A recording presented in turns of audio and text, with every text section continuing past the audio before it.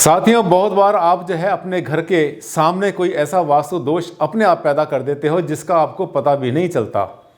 द्वार भेद बहुत तरह के होते हैं। आपके घर के सामने कोई सूखा हुआ पेड़ खड़ा हो, कोई गंदा नाला हो और कोई ऐसी चीज़ जो कि आपके लिए रास्ते में बनती हो रुकावट, उन सबको बोलते हैं द्वार भेद।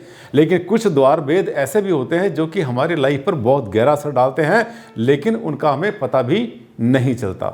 आज का वीडियो इसी के बारे में है, ध्यान से देखना आखिर तक।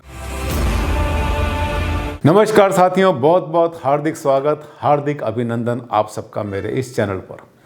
आज का वीडियो कुछ खास बनने वाला है, क्योंकि आज के वीडियो में मैं आपके लाइफ के उस पहलू के बारे में बताऊंगा जो कि जब अपना घर बनाते हैं उस समय पर, बनते हुए या बनने के बाद में ये गलती कभी भी आपसे हो सकती है, जिसको आप माने या समझें या सोचें कि तो बड़ी मामूली सी चीज़ है, लेकिन होती बहुत गहरी है। उसका इम्पैक्ट भी हमारे ऊपर पड़ता है, तरक्की के रास्ते रोक देती है और वो अड़चन जो है आपके रास्ते में आती है, हर बनते हुए काम को बिगाड़ देती है। और जब आपको पता चलता है कि आपके घर में एक बड़ा सीरियस वास्तु दोष द्वार भेद के कारण हो गया था, तब तक तो आप बहुत कुछ नुकसान उठा चुके होते हैं।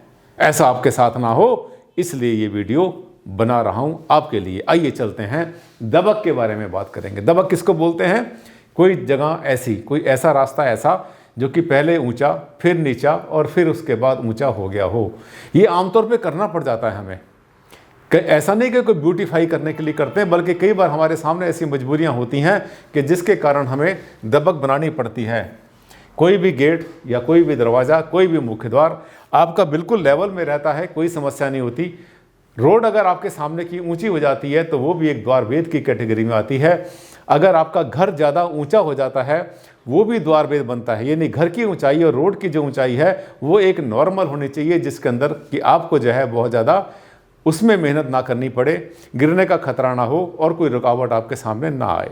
लेकिन होता क्या है? होता यह है कि आपने अपना घर का लेवल कोई बनाया था और वो जो लेवल है आपका वो लंबे समय तक चलता रहा, लेकिन कुछ दिन के बाद क्या हुआ कि सरकार ने जो है इस रोड को ऊंचा कर दिया।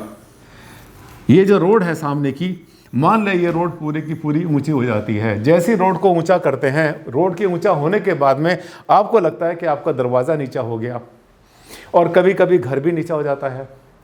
जब घर भी नीचा हो गया और आपका दरवाज़ा भी नीचा हो गया, मेन गेट नीचा हो गया, रोड आपकी ऊंची हो गई, तब ये स्थिति आपको बहुत कंफर्टेबल फील नहीं होती। ऐसे में हम क्या करते हैं कि ऐसे में एक जुगाड़ करते हैं। जुगाड़ इसलिए कह रहा हूं कि वो सही तरीका तो नहीं है, लेकिन कर डालते हैं, क्योंकि इतना आसान भी नहीं होता हर चीज़ को ठीक ठाक कर लेना। उदाहरण के लिए आपके पास में एक प्लॉट है, आपका कोई भूखंड है जो कि आपका कहीं पर भी आपने बनाया हुआ है। अब आपने कोई अपने घर का दरवाज़ा कहीं बनाया हुआ है किसी भी तरह से, तो उसके सामने जो रुकावट आएगी, देखिए जब उसकी जगह पीछे का जो है हमारा घर जिस हाइट का भी था उस हाइट का रह गया, जो सामने की रोड है हमारी वो इस लेवल पर थी, घर का जो लेवल था वो भी इसी लेवल पर था। लेकिन कुछ दिन के बाद क्या हुआ कि आपकी जो है वो सामने की रोड ऊंची हो गई। जब ये रोड इतनी ऊंची हो गई तो आपका दरवाज़ा ऑटोमेटिकली नीचा पड़ जाएगा। जब ये दरवाज़ा नीचा पड़ जाएगा तो आपको अपना घर भी ऊंचा करना पड़ सकता है। तो हम क्या करते हैं कि बहुत बार अपने घर का एरिया भी ऊंचा कर देते हैं। जब घर को ऊंचा करते हैं, रोड भी ऊंची हो जाती है, तब जो स्थिति सामने आती है, तब वो स्थिति कुछ इस तरह से होती है कि एक दबक जैसी बन जाती है। जी, वो दबक वो वर्ड है जो मैंने इस वीडियो को शुरू करते समय मैंने आपसे कहा था। जैसे यहाँ पर अगर आपका दरवाज़ा है और घर की ऊंचाई, मान लिया आपके घर की जो हाइट है वो आपकी यहाँ तक हो जाती है, सामने की जो रोड है वो भी आपकी जो है ऊँची हो जाती है, तब इन दोनों के बीच में जो चीज़ इस तरह से आती है झूल कर, जो चीज़ इस तरह से झूल कर अंदर आती है, ये देख रहे हैं आप, यानी इस तरह की रुकावट। मैं थोड़ा सा फिर से आपको क्लियर करता हूँ। देखिए, अगर घर आपका ऊंचा हो गया और ये आगे रोड भी ऊंची हो जाती है, ये रोड ऊंची हो जाती है, तब इसको दबक बोलते हैं। अगर ये दबक मान लिया इस तरह से रह जाती है, यानी आपका दरवाज़ा नीचे दबा रह गया, सामने की रोड भी ऊंची हो गई, घर भी आपने ऊंचा कर लिया, उस केस में ये जो दबक होती है ये एक बहुत बड़ा वास्तु दोष बनता है।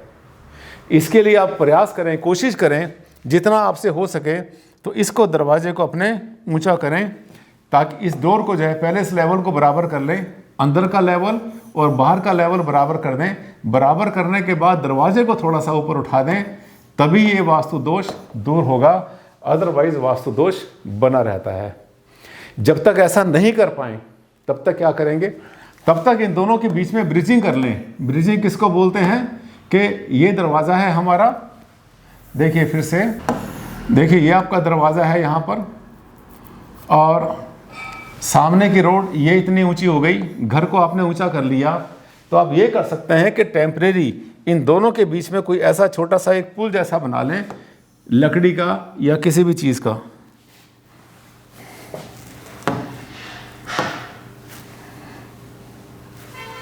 दोनों के बीच में एक इस तरह से पुल जैसा निर्माण कर लें, कोई लकड़ी का या किसी चीज़ का पुल का निर्माण कर लें, जिससे कि आप अपने घर से जब बाहर निकलते हैं तो आपका चलने का रास्ता इस तरह से ना हो। ये जो चलने का रास्ता है, जो तरीका है, ये अपने आप में एक द्वारभेद बनता है।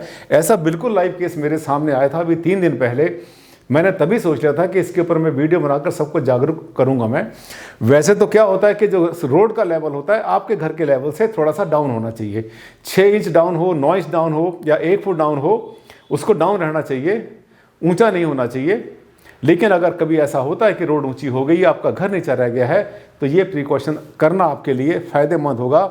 नुकसान क्या होता है आप पूछेंगे भारद्वाज जी से, क्या नुकसान होता है? नुकसान ये होता है कि जहाँ ऐसी स्थिति मैंने देखी है वहाँ लोग शिकायत करते हैं कि भारद्वाज जी हमारा घर तो पूरा वास्तु से बना हुआ है, पर पता नहीं हमारे हर काम में रुकावट आ रही है। थोड़े दिन पहले रोड बनाई थी सरकार ने, उसके बाद से हमारे घर में रुकावट आनी शुरू होगी, बनते बनते काम बिगड़ते हैं, और कोई भी काम जो सोचना होता है कि हमें कल करना है वो 10-10 दिन तक लेट हो जाता है। डिले फैक्टर, काम में रुकावट, और साथ साथ जो है मैच्योरिटी का कम हो जाना, ये इस दबक वाले वास्तु भेद के कारण होता है। मुझे लगता है एक बिल्कुल नई बात और नया टॉपिक आपको बताया मैंने, क्योंकि ये वो चीज़ है जिसको आप इग्नोर कर देते हैं, बहुत मामूली समझते हैं, और कभी कभी ये जो मामूली चीज़ें होती हैं ये भी एक कांटे का काम करती हैं। इसीलिए इनको बहुत बार चाइनीज़ लैंग्वेज में फेंगशुई में भी शारची का नाम देते हैं, कि वो चीज़ें जो कि हमारे रास्ते के लिए एक रुकावट बन जाएं और हमें निकलने ना दें या हमारे लिए परेशानी पैदा करें, तो ये वैसी ही परेशानी है जैसे आपके रास्ते के बीच में कोई रुकावट आ जाए। छोटे से वीडियो में मैंने आपको बहुत गहरी बात समझा दी। अगर आपको मेरा ये वीडियो अच्छा लगा तो लाइक बनता है। अगर अच्छा लगा वीडियो, आपको लगा कि बहुत काम का है, तो कर डालो उसको वायरल, अभी फैला दो उसको सोशल मीडिया पर, ताकि इस ज्ञान को सबको मिले। हर ज्ञान के ऊपर सबका अधिकार होता है, किसी एक व्यक्ति का नहीं। ऐसे होते हैं मेरे वीडियो। अगले वीडियो में फिर आपसे जल्द मुलाकात करता हूं, तब तक के लिए दें मुझे इजाज़त। नमस्कार। साथ ही आपने मेरे चैनल को करना है सब्सक्राइब। कितना आसान तरीका है, देखिए मेरे हर वीडियो के इस कोने पर आपको दिखाई देगा एक रेड कलर का बटन, उसको आपने क्लिक किया, करते ही जो मेरा वीडियो आएगा उसके ऊपर देखिए ब्लैक कलर से लिखा हुआ सब्सक्राइब। ये इधर भी हो सकता है और वीडियो के नीचे हो सकता है। आपने जैसे ही इसके ऊपर आपने क्लिक किया, हो गया। कितना आसान था, आज कर लो, अभी कर लो।